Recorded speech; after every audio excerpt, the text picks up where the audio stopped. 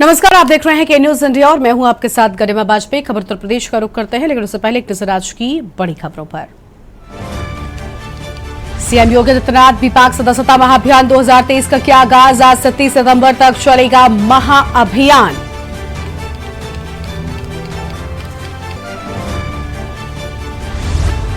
छात्र छात्राओं को सीएम ने बांटी एडमिशन किट। छात्राओं के चेहरे पर खिली मुस्कान। अटल आवासीय विद्यालय के बच्चों को बांटी किट। मुंबई में इंडिया अलायंस की तीसरी बैठक सभा के डेलीगेशन का नेतृत्व कर रहे अखिलेश यादव। इंडिया की बैठक से पहले अखिलेश का ट्वीट आया सामने। केंद्रीय मंत्री कौशल किशोर के बेटे के घर में गोली लगने से शख्स की मौत। मंत्री के बेटे की पिस्टल से हुआ फायर। मृतक के भाई ने लगाया हत्या का आरोप। ज्ञानवापी में एसआई का सर्वे जारी। 2 सितंबर को कोर्ट में रिपोर्ट करनी है पेश। कोर्ट से और समय मांग सकती है एसआई। सीमा हैदर और सचिन को बिग बॉस से आया बुलावा। सीमा हैदर और उसके वकील ने बयान जारी कर किया दावा। कपिल शर्मा शो में भी बुलावे की बात। आप देख रहे हैं के न्यूज, खबरों का सारथी।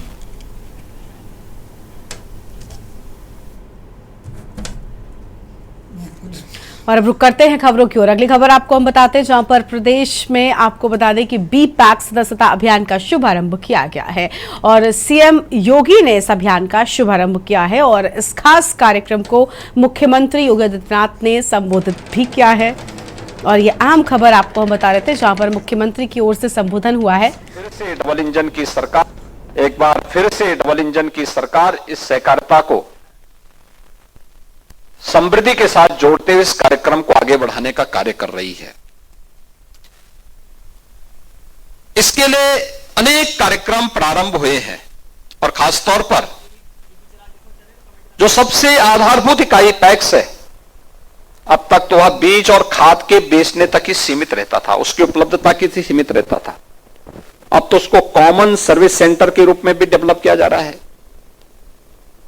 अब वहां पर अन्य सुविधाएं भी उपलब्ध हो पाएंगे, अन्य कार्यक्रमों के साथ वह भी जुड़ पाएगा। इसके लिए अनेक अभियान प्रारंभ हुए हैं। गांव-गांव में कृषक सहकारी समितियों के माध्यम से वहां पर गोदाम निर्माण के कार्यक्रम चल रहे हैं। अनेक अन्य रचनात्मक कार्यक्रम जो किसान की आमदनी को कई गुना बढ़ाने में सहायक हो सकते हैं। इसके माध्यम से किसान के चेहरे पर खुशहाली लाई जा सकती है। और उत्तर प्रदेश जैसे राज्य में जहां हम बात करते हैं, तो उत्तर प्रदेश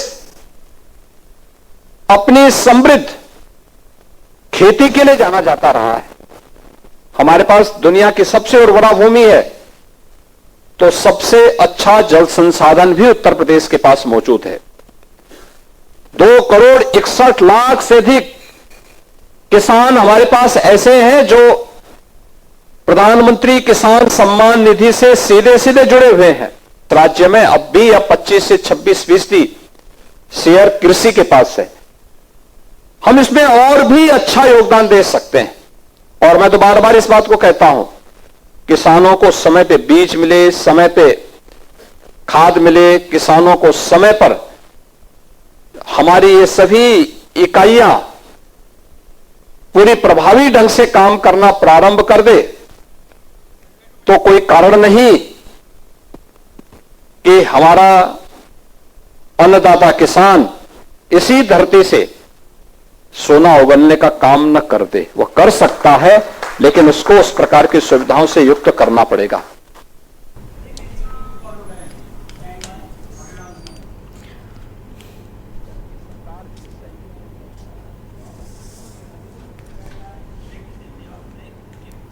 और यहां पर रुकते एक छोटे से ब्रेक के लिए जो लौटेंगे। आप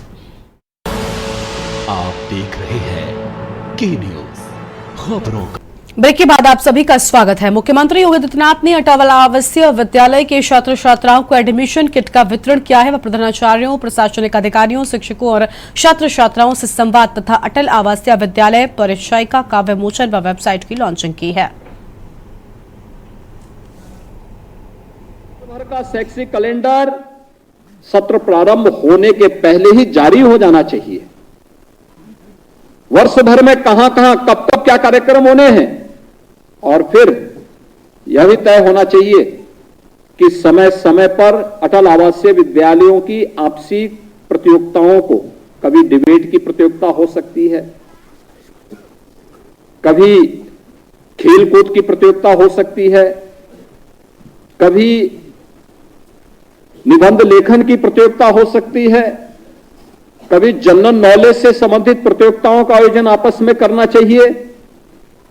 अलग अलग प्रकार की चीजों की गतिविधियों का केंद्र भी इसके साथ बनता हुआ दिखाई देना चाहिए। ये सब चीजें जब एक साथ चलेंगी तो आप कुछ नयापन दे पाएंगे।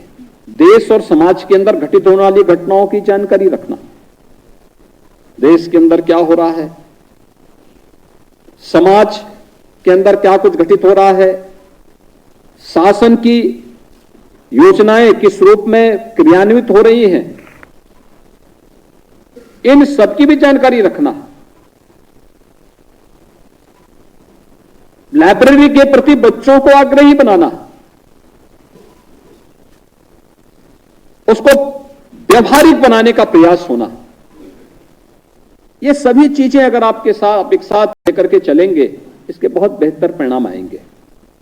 और इसलिए ये सभी दायित्व शिक्षकों का हो।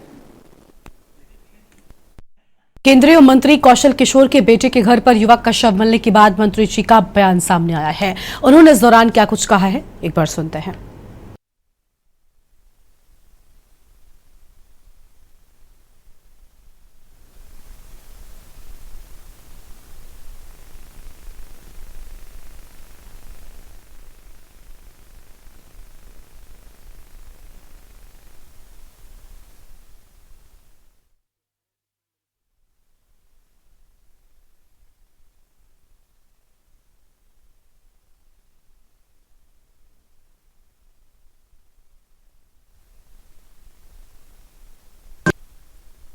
वो जांच का ही है विषय।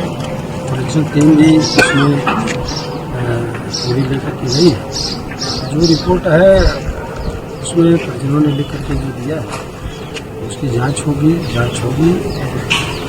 जो भी जिसका दोष होगा निश्चित तरीके से उसके खिलाफ कार्रवाई होगी। हम परिजनों के साथ तरीके से जिन्हें हमारा बहुत नजदीक रहा है बेचारा, उसकी क्या घटना हुई उसके साथ, तो पुलिस पूरी जांच करने के बाद ही खुलासा करेगी।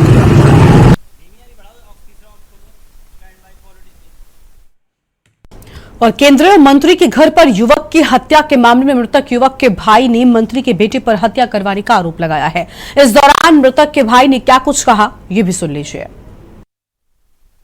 ये समझी बूझी साजिश है और मेरे भाई को मारा गया है। मेरे भाई की हत्या की गई है। मेरे भाई की हत्या की गई है। बस मैं इतना ही करूँगा।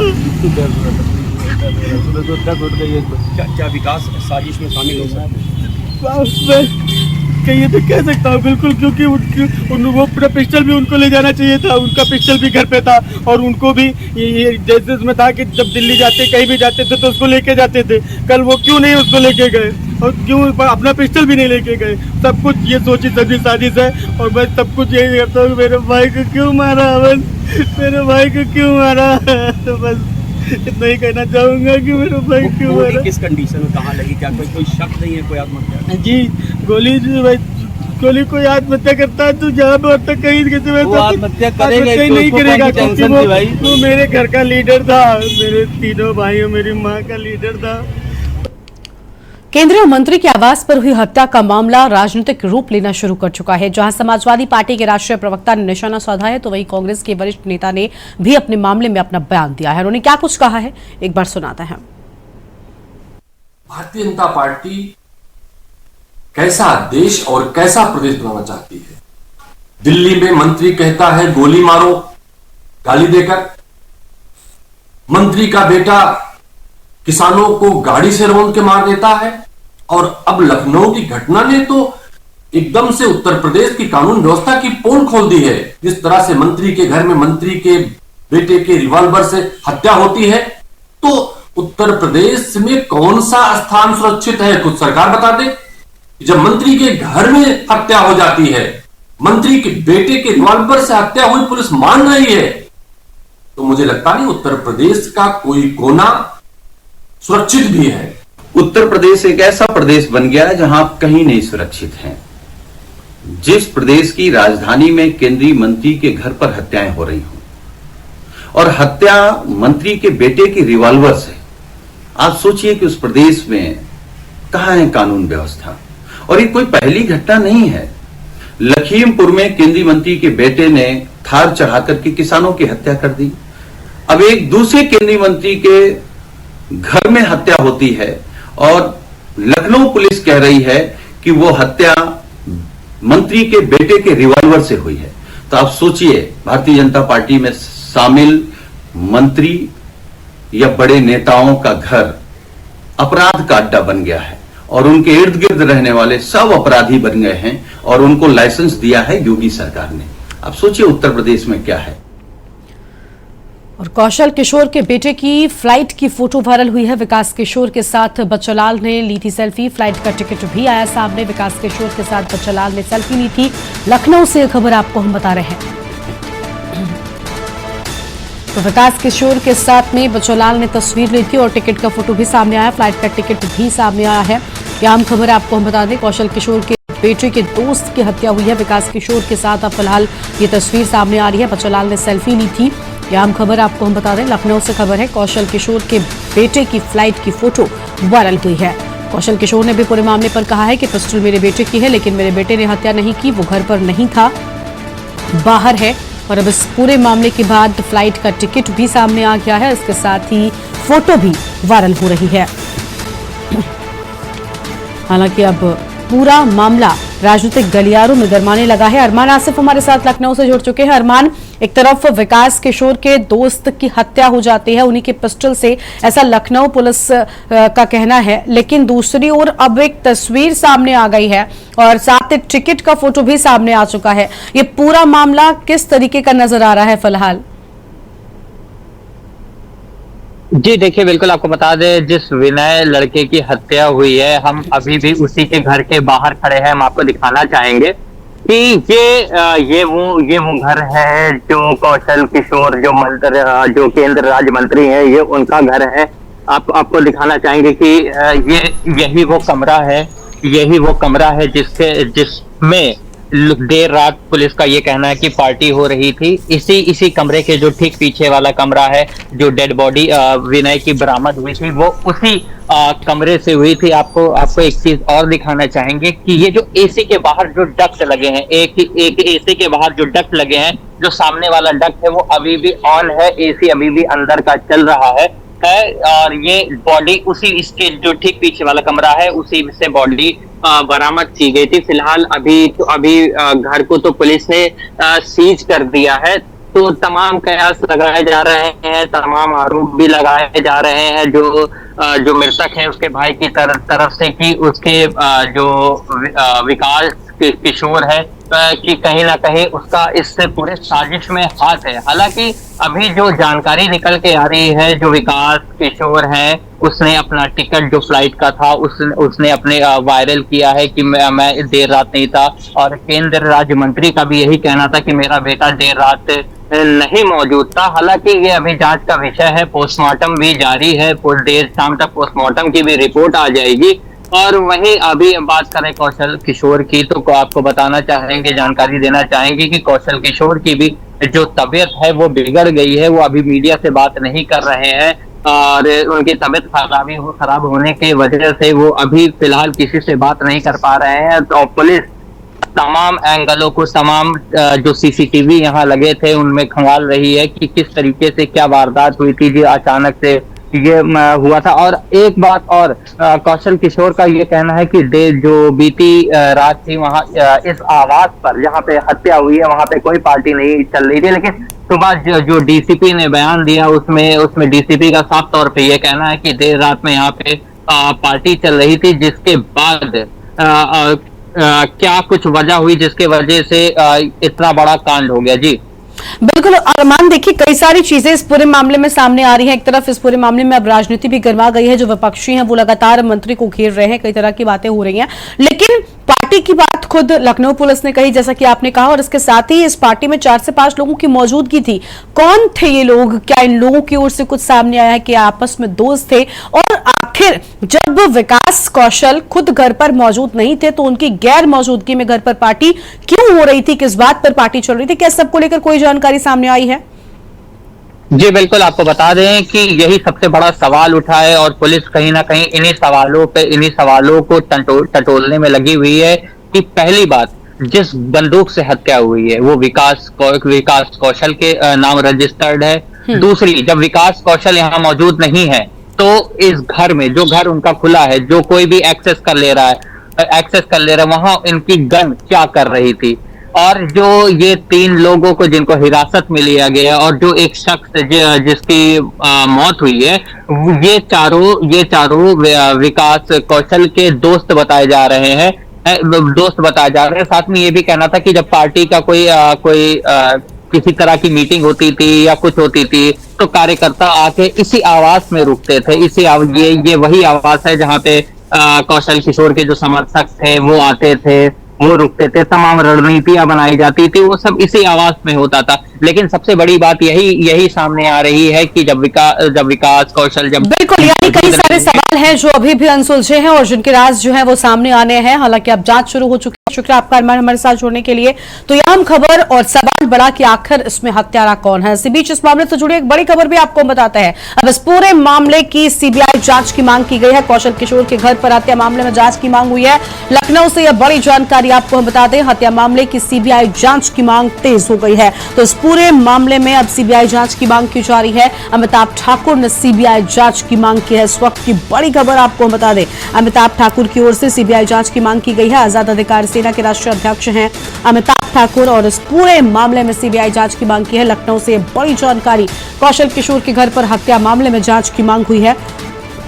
हत्या मामले की सीबीआई जांच की मांग की गई है। फिलहाल इस वक्त की बड़ी खबर आपको हम बता रहे हैं। इस वक्त की अहम जानकारी, अमिताभ ठाकुर ने सीबीआई जांच की मांग करती है और इस पूरे मामले में राजनीति भी चरम पर हो रही है। लगातार जो विपक्षी हैं वो कौशल किशोर पर तरह तरह की, इसके साथ ही सरकार को लेकर भी घेराबंदी की जा रही है। अहम जानकारी, चाहे सपा हो या कांग्रेस, दोनों ने ही इस कानून व्यवस्था को लेकर बड़ा सवाल उठा दिया है कि आखिर केंद्रीय मंत्री के घर पर किस तरीके से हत्या हो जाती है। हालांकि केंद्रीय मंत्री कौशल किशोर का बयान सामने आया है और केंद्रीय मंत्री कौशल किशोर ने कहा है कि मेरे बेटे ने हत्या नहीं की, वो घर पर मौजूद नहीं था, पिस्टल उसकी है लेकिन हत्या उसने नहीं की है। लेकिन लखनऊ पुलिस की ओर से ये बात साफ की गई है कि पिस्टल विकास किशोर की है जो कि घर पर मौजूद थी और उसी घर से भी बॉडी बरामद की गई है। यह हम खबर आपको हम बता रहे हैं। हत्या मामले की सीबीआई जांच की अब मांग की गई है। तो हत्या मामले की सीबीआई जांच की मांग की गई है और अमिताभ ठाकुर ने सीबीआई जांच की मांग की है। इस वक्त की बड़ी जानकारी आपको हम बता रहे हैं। आजाद अधिकार सेना के राष्ट्रीय अध्यक्ष हैं अमिताभ ठाकुर। तो आजाद अधिकार सेना के राष्ट्रीय अध्यक्ष हैं। लखनऊ से आम जानकारी, कौशल किशोर के घर पर हत्या मामले में जांच की मांग की गई है। फिलहाल यह आम जानकारी, हत्या मामले की सीबीआई जांच की मांग को लेकर यह अहम खबर आपको हम बता रहे हैं। तो सीबीआई जांच की मांग को लेकर यह अहम जानकारी, अमिताभ ठाकुर ने सीबीआई जांच की मांग की है। तो अमिताभ ठाकुर ने सीबीआई जांच की मांग की है। आजाद अधिकार सेना के राष्ट्रीय अध्यक्ष हैं अमिताभ ठाकुर।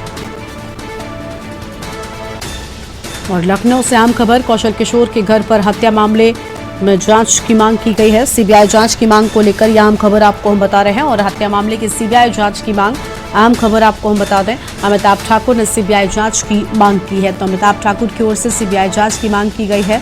आजाद अधिकार सेना के राष्ट्रीय अध्यक्ष हैं अमिताभ ठाकुर।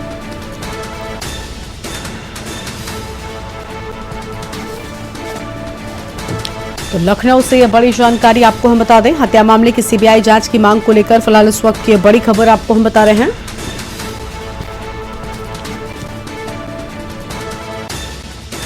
कौशल किशोर के घर हुई हत्या के मामले में अब तक लखनऊ पुलिस की जो प्रतिक्रिया रही है उससे स्पष्टतया ऐसा दिख रहा है कि वे भारी दबाव में हैं। अतः आजाद अधिकार सेना मुख्यमंत्री उत्तर प्रदेश से इस मामले की सीबीआई से जांच की मांग करती है। और यहां पर रुकते हैं एक छोटे से ब्रेक के लिए, जो लौटेंगे। आप देख रहे हैं की न्यूज, खबरों का सारथी। ब्रेक के बाद आप सभी का स्वागत है। दिल्ली से आम खबर आपको हम बताते हैं, जहां पर राउस एवेन्यू कोर्ट में पहुंचे हैं ब्रजभूषण शरण सिंह। बीजेपी आपको बता दें, आम जानकारी आपको हम बता दें, बीजेपी सांसद ब्रजभूषण पर आरोप तय करने का ये पूरा मामला। राउस एवेन्यू कोर्ट आरोप तय करने पर सुनवाई, और पिछली सुनवाई में पहलवानों के वकील ने लगाए थे गंभीर आरोप। महिला पहलवानों का शोषण करने के गंभीर आरोप लगे हैं। बड़ी जानकारी आपको बता रहे हैं, और पिछली सुनवाई में पहलवानों के वकील ने गंभीर आरोप लगाए थे। बीजेपी सांसद ब्रजभूषण पर आरोप तय करने का ये पूरा मामला है। आम जानकारी आपको हम बता रहे हैं, और राउस एवेन्यू कोर्ट आरोप तय करने पर सुनवाई से जुड़ी ये आम खबर आपको हम बता दें। प्रवेश शर्मा हमारे साथ में से खबर पर अधिक जानकारी के साथ जुड़ चुके हैं। प्रवेश, राउस एवेन्यू कोर्ट में पूरे मामले को लेकर आज सुनवाई, क्या पूरी जानकारी है आपके पास?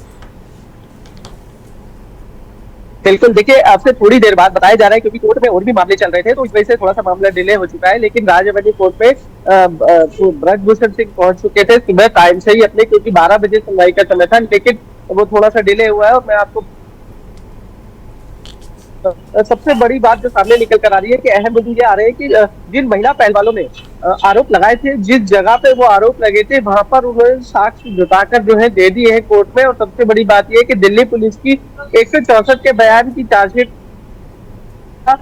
सामने हो रहा है कि जो जिसको लेकर संज्ञान लेना है और आज उन पर आरोप तय करते हैं। सीसीटीवी फुटेज की बात भी सामने आ रही है कि दिल्ली पुलिस ने कुछ सर्च कर उसमें ढूंढने की कोशिश करी है। तो कहीं ना कहीं आज ऐसा लग रहा है उनको देख के कि ब्रजभूषण सिंह के खिलाफ आज कोर्ट कोई सख्त एक्शन ले सकता है। जी ठीक है, यानी पूरे मामले में सख्त एक्शन ले सकता है, और सुनवाई में क्या कुछ सामने आएगा इसको लेकर बने रहेगा। जो भी अपडेट हो हमारे दर्शकों तक पहुंचाएगा। शुक्रिया आपका प्रवेश हमारे साथ जोड़ने के लिए। तो ये आम खबर आपको बता दें, राउस एवेन्यू कोर्ट आरोप तय करने पर सुनवाई, आम जानकारी, और आज पूरे मामले में आरोप तय करने को लेकर ये आम जानकारी। पिछली सुनवाई में पहलवानों के वकीलों ने लगाए थे गंभीर आरोप। ये आम खबर आपको हम बता रहे थे दिल्ली से। अब आगे बढ़ेंगे खबरों की ओर। बिजनौर के कोतवाली देहात में इलाके में उस वक्त हड़कंप मच गया जब पुलिस की दबिश के दौरान एक व्यक्ति की छत से गिरकर मौत हो गई, और पुलिसकर्मी शख्स को सड़क पर लहूलुहान हालत में छोड़कर मौके से भाग निकले। मृतक के परिजनों ने पुलिस पर छत से धक्का देकर मारने का आरोप लगाते हुए शव को सड़क पर रखकर जाम लगा दिया और जमकर हंगामा किया है। सूचना पर कई थानों की पुलिस फोर्स के साथ जिले के आला अफसर मौके पर पहुंचे, और काफी मशक्कत के बाद कार्रवाई के आश्वासन पर जाम खुलवाया गया है। एसपी ने लापरवाही बरतने पर 4 पुलिसकर्मियों को निलंबित किया। पुलिस की दबिश के दौरान शहजाद छत से अचानक गिर गया, जिससे उसकी सड़क पर गिरने से मौत हो गई। पूरे प्रकरण की जांच एसपी देहात को सौंपी गई है। 7 दिन के अंदर रिपोर्ट देने के निर्देश दिए गए हैं। जिलाधिकारी से भी मजिस्ट्रियल जांच के लिए अनुरोध किया जा रहा है। कोतवाली देहात थाना क्षेत्र में एक व्यक्ति, इसका नाम शहजाद है, उसकी मृत्यु होने के संबंध में अवगत कराना है कि 28 अगस्त को धामपुर थाने पर शबाना नामक एक महिला ने शहजाद के विरुद्ध एक अभियोग दर्ज कराया था सेक्शन 341 एवं 506 आईपीसी में। इसी अभियोग की विवेचना के क्रम में धामपुर से एक पुलिस टीम कोतवाली देहात थाना क्षेत्र पे आज शाम को गई थी। एक मकान में शहजाद के होने की सूचना प्राप्त हुई थी। पुलिस को देखते ही शहजाद छत से भागा, और भागते समय उसकी छत से नीचे गिरने से मौत हो गई। सड़क पे वो नीचे गिर गया था। शहजाद के परिजनों का यह कहना है कि सलमान भी मौके पर था, और सलमान ने शहजाद को ईंट मारी है, जिस कारण शहजाद छत से नीचे गिरा और शहजाद की मृत्यु हो गई है। परिजनों की तहरीर के आधार पर अभियोग पंजीकृत किया जा रहा है। इसी पूरे प्रकरण में एक वीडियो मेरे संज्ञान में आया, जो कि गांव वालों ने मुझे भेजा है। और इस बुलेटिन में फिलहाल इतना ही। तमाम बड़ी खबरों के लिए आप देखते रहिए के न्यूज़ इंडिया।